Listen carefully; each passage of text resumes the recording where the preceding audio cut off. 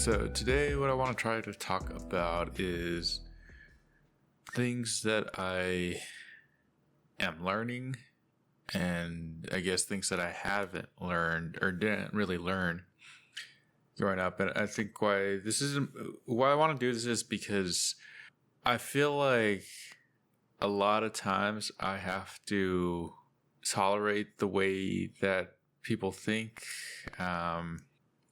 I guess a better way to frame that is I feel like I've been in a lot of situations where I don't really agree with someone's point of view, but I don't really give any pushback to that.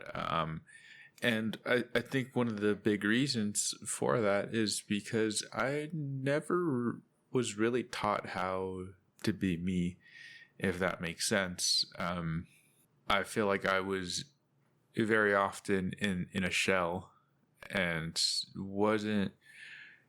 didn't have good guidance on how to just kind of go about the world without too much concern about people's opinions of yourself, or not even opinions, but like, oh, does someone like me? Considering too much someone else's opinion. And honestly, even these conversations to me often, I get annoyed that I have to, that this is like where my thinking goes to, like, think so deeply about just existing. It gets a bit annoying. But anyway, yeah, I feel like I've struggled with knowing how to be myself in a lot of social situations. And there's this thing that I've mentioned to my friends before, where I often don't feel like I really belong in any place. There's something that has always made me feel different, and I've have felt it for a very long time. But with that as well, I have this belief as well that I don't want to be like other people. And I mentioned it some time ago, and since I've mentioned it, I've been picking up a little bit more about how I tried not to be like everyone else.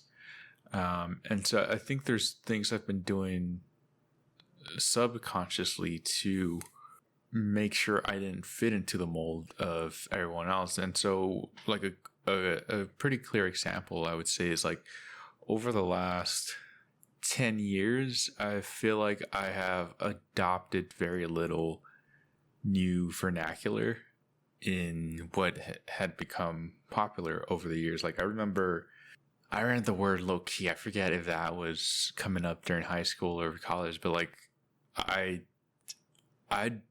like made conscious effort to not use some of those words.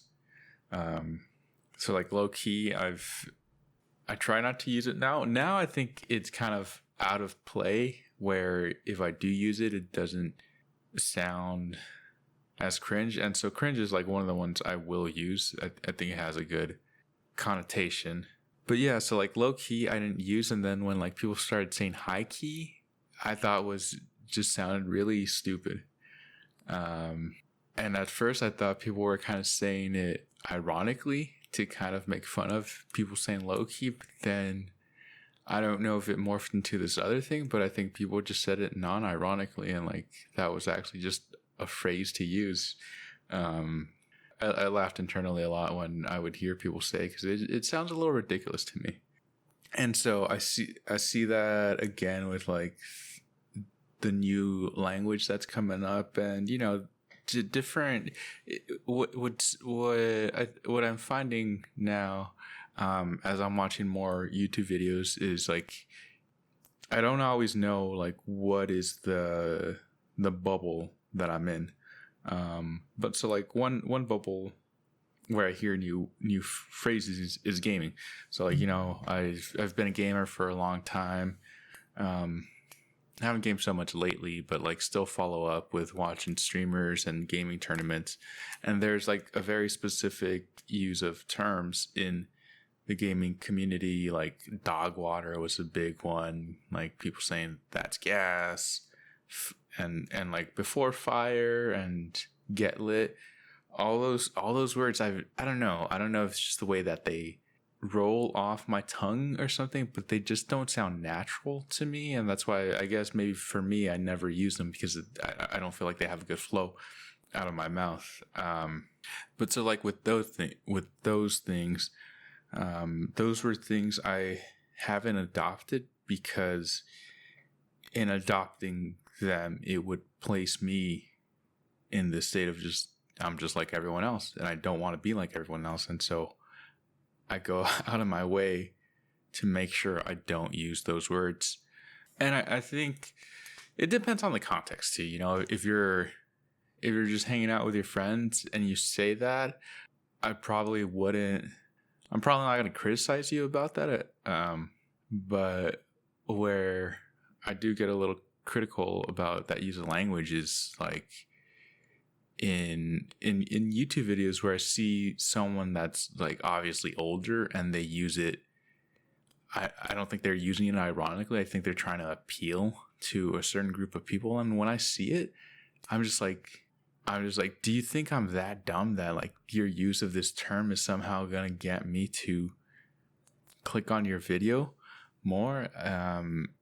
Yeah, I think it's just kind of making it seem like people are really that unintelligent that the use of a certain word is going to get you to click on a video. And it just seems lazy. It seems lazy to like how, so like the specific example I'm thinking of is Hasan Minhaj. There's like a video, like I always thought Hasan Minhaj was like a pretty serious person, you know, Patriot Act. He, I would say, went in depth, had really good explanation, really good storytelling. But then I saw one of his YouTube videos, and like the title was like, "Is XYZ cooked?" I was just like, dude, come on, like, what are you doing? Why? Yeah, all right. Well, so yeah, I think I'm starting to notice that I think I do more than I think I'm doing to try to not be like people. And so that, to tie that back into like what I wanted to try to dissect in this episode, is there's been a lot of things where it didn't seem appropriate for me to go against the mainstream. And so like one thing that I've been thinking about a lot over the last couple of years is just like educating myself on what a woman's experience is like, and kind of just read more stories about them, like read more books from their perspective, to try to understand where the differences are, why they think a certain way, like what are their experiences and how does that influence the way that they approach the world. And that's done with the purpose of, you know, I'm hoping to find a wife someday so I could have a family, and obviously and I want to make a good effort to make sure that I understand her, that I make her feel safe, and that she can trust me. And I would say something that bothered me when I was in my teenage years was how other guys would talk about women. I find the referring to women as bitches to be pretty demeaning, and that's like another word that I use very sparingly, and I try to use it as specific as I can get if like I am going to use it. But yeah, I think the whole treatment of women from my teenage years was something that I didn't really agree on, and I think I still see opportunities today where I could try to speak up if I really wanted to, but I haven't learned to fight either. I think that's one thing that I'm still learning. Not necessarily how to stand up for myself. I think in situations I have gotten better, at advocating for myself and standing up for myself, but like how to like be confrontational in viewpoints is something that I have a hard time with, is because I think I'm or like, so another thing is that I feel like I haven't learned I didn't learn how to tame anger. I feel like I've caged up my anger, but I've never learned how to use it. It's just kind of been something that I bottled up. And so I think I'm concerned about confrontation is because like I don't know if I'll just snap into like my rage and anger and let that take over. And that's because I've like growing up, I think I was told that anger is not an emotion that should be visible. And I don't know if people said like you shouldn't be angry. I think people for sure were saying like don't be angry or whatever, but I think more what the messaging is that that's not something that should be displayed. And so eventually, yeah, I learned just not to show it. And it's not that I didn't get angry at times, but it's just like when I do get angry, I feel like it's just like it comes on and I just gotta breathe and like let it go. But I think there's something missing in just finding a way to like say like, fuck dude, this is annoying, this is upsetting me, like maybe you're fucking wrong. But instead I just gotta like let things go. And I'm finding more so lately where like I just want to snap at people because I feel like people are being fucking idiots and someone's just got to put them in their place at some point. Like an example is I go dancing every once in a while. And so I was dancing and, dances are going on. So I'm just on the side waiting for the song to end so then I could go ask someone to dance. And twice, two different guys stand in front of me. And like, I look around, I'm like, you don't have to stand there. You got space to my left, to my right. What are you doing standing like right in front of me? That's so fucking rude and disrespectful. And I'm just like, dude, you're putting your back to me. Like I could just fucking cheap shot you, man. Cause like that's what it felt like they were asking for. And I didn't say anything because again, it's just like, what's the point? Like, what's the point of like getting angry at someone? It's not going to solve anything. But maybe there is. Maybe it's just like you just gotta get mad and let it go.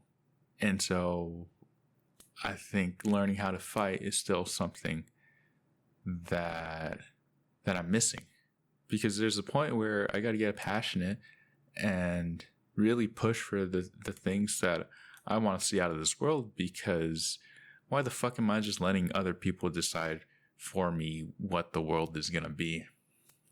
That doesn't sit right with me. All right, and so then bringing it back to the main thing that I was trying to say is, in my teenage years, I grew up with a lot of immature people, and I don't know exactly why we're immature. I don't know if I can blame it on the poverty, the broken households, and things like that. I don't know if that's just if that's like a standard trajectory in like a teenage boy's life. But obviously the way that they looked at women was very degrading. And I didn't see it that way. I wanted to respect women. Not even because I'm like just trying to get laid or something like that. It's just, I think you just got to give everyone respect. And that's a group of people that I could identify as not getting the respect that I felt that they need. And, even with that, I'm also like trying to learn, or have tried to learn more about like LGBTQ people. And, right now reading a book on autism, because these are also groups that I feel like don't get the respect that they deserve. and certainly I would say I probably don't give them their full respect, because I I still have some conflicting thoughts on those group of people, like gay. It's been, I think that messaging came across pretty well during middle school and high school. I know gay people now. I've lived with gay people, and it's just like, all right, you're gay. There's some gay people I don't like, and there's some gay people I can be cool with. But I don't have any gay friends. So who knows what that means? But so like with someone being gay, it's like, it doesn't even matter. But like with someone being transsexual, then I feel like that whole opens up a whole new can of worms. And then even with autism, I feel like it's been hard for me to know exactly how I feel about it, just because I can't actually know how an autistic person's life experience is, because from my perspective, not having like a severe mental disability, I feel like being someone who values their intellect and their independence, when I see someone that is not functioning in the same way as me, I'm thinking like, fuck, dude, I would hate that life, because I would hate like if tomorrow if I had like a brain injury, and I can't communicate, if I'm like have physical impairments, I would be miserable. Maybe at some point you get used to it, and I think you do, because there's people living with those ailments, and they make it through life. They find a way to adapt. But yeah, the way that I viewed them was that like, oh, that is something that you would, that's, I guess, like a tragedy if you're born with autism. But I think it's important to hear more of how they experience life, because like maybe they're just fucking happy. Maybe, yeah, they don't experience, and they're not gonna move through life the same way that I am, but maybe they're still gonna be happy. And if they're still happy, I guess, is that good enough? Or can you only be happy if you're able-bodied?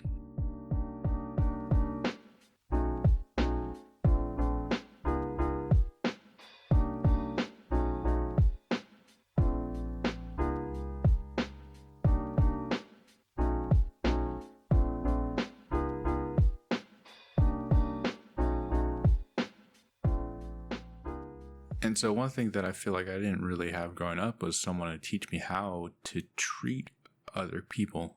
That's what I'm trying to unpack right here. And so there are times where, when I was younger, when I wanted to tell people like, dude, like, why are you talking about like your girl that way? Like, why are you going to call your girl a bitch? Like, don't you respect her? Like, why do you want to be with someone that you don't respect? But then I was like worried that then like people were gonna think, oh, this guy's, he can't take anything, he can't take a joke, everything's gotta be so serious. But then it's like, I'm allowing what I think is a negative sentiment to continue to perpetuate, and so it's like my inaction leads to things continuing to go in the direction that I don't want them to go. And just really seeing how how things seem to be accelerating towards a direction that I don't see. I think it's important for me to like try to get these ideas out, so that at some point it's not just in my own room that I'm talking about these things, that it's actually with people.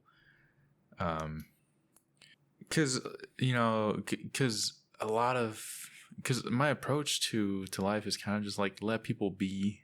And I think there's a lot of point of views and people's message that I'm not going to be able to stop, but maybe I need to drown out their noise with my noise, like make it so that that's not the winning opinion out in the world, or at least trying to give mine a fighting chance. It just feels like very, very necessary for me right now to try to find a way to get there. And this is one step to getting there. So I don't think there's any I'm having a hard time thinking of like what specific thoughts around how to treat a woman that I was trying to get across. I don't think it's, I guess I don't have anything specific, but it's just like, dude, just like don't talk shit about women, because then like, or all right, not even that. All right, not even that. Like, you know, women. I often hear women talk about how men are trash, and I've heard it, and people have told me directly, and like some, and that, oh no, but you're one of the, you're not like other guys, whatever, right? I'm like, bro, if you think men are trash, then I'm in that group, then I'm trash too, and I don't care if that's what you think, that's fine. But then let's get to the common ground.